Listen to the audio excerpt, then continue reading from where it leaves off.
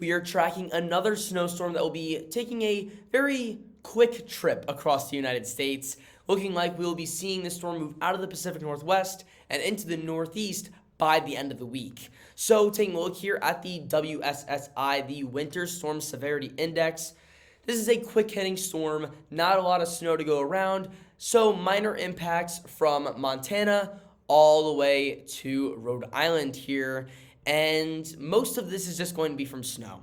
A lot of this area is very cold, the track of this storm is going to be very cold, so a lot of snow is going to be occurring from coast to coast. Now, some of these areas with higher than minor impacts are in the Pacific Northwest, where we have heavy snow in the mountains, as well as freezing rain near Portland and near Seattle. Those are some of those moderate to major impacts in oranges and reds. We also have lake effect snow that will be coming back this week, and that is where we see those oranges and reds in portions of the Midwest, where we will be seeing lake effect snow off of Lake Michigan, and in New York, we'll be seeing lake effect snow off of Lake Erie and Ontario.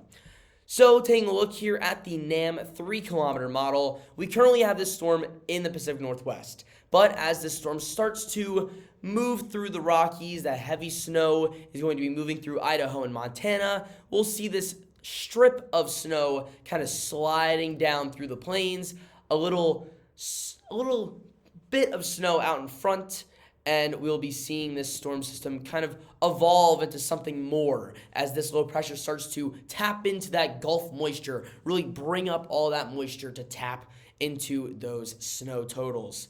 But that is not without some wintry precip that is not snow. Freezing rain is possible in Tennessee, mostly from this storm system, besides the areas already getting it during the day on Wednesday and Thursday.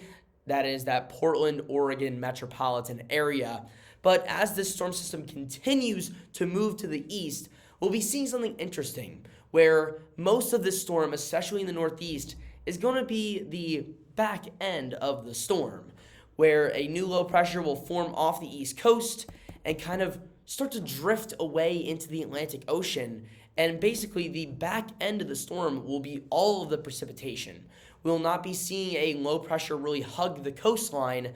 So we are going to get some snow, but that's why those amounts will not be very high. Usually when talking about a coastal low, we're thinking, somebody's going to get 6 inches here. And besides the higher elevations, it doesn't seem like anybody's going to be getting more than that 4-inch area. So that is one of the weird, quirky things about this storm system. Most of it's on the back end, and then we will see this storm slide out, and then we get into that lake effect snow. You can see it here on the map just a little bit, and that will be a prolonged event. So if you were looking at Buffalo and that wild card game last weekend, it looks like we'll be seeing pretty similar conditions again this weekend. Buffalo, you're looking at another lake effect snow event going into mostly Sunday, it seems. But some snow will be in the area for Buffalo. So I guess it's not a Buffalo Bills football game without a little bit of snow. So taking a look at the NWS forecast for that snow, this is over the next 48 hours. So this is ending Friday at 7 p.m. And we have much of the storm already in this next 48 hours. So looks like most of the heavier snow totals will be in the Pacific Northwest, up to 2 feet of snow in those areas, especially the higher elevations.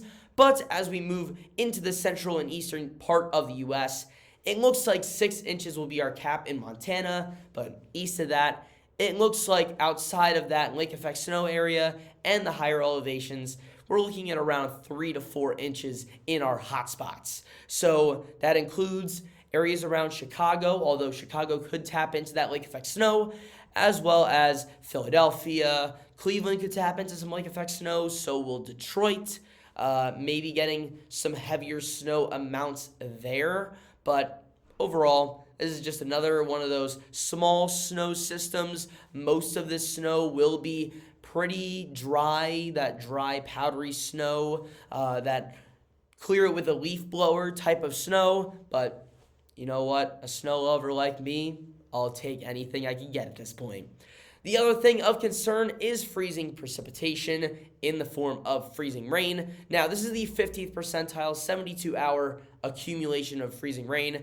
Most of that is right around Portland, where we could see up to a quarter of or half an inch. But don't count out Tennessee here. Now, this is an area where we can see freezing rain events overperform. This is the 50th percentile, really not much, maybe a glaze of freezing rain in some spots. But if I go up to the 75th percentile, much of that state does get filled with at least a glaze of ice, and that could make some travel impacts Thursday and Friday. So another storm to watch here, especially on the East Coast, where things aren't always certain with what they're going to be doing, especially with this complex, back end snow event. Who overperforms, who underperforms, we will see. But thank you guys so much for watching. If you enjoyed this video, consider subscribing or following, and I will see you guys very soon.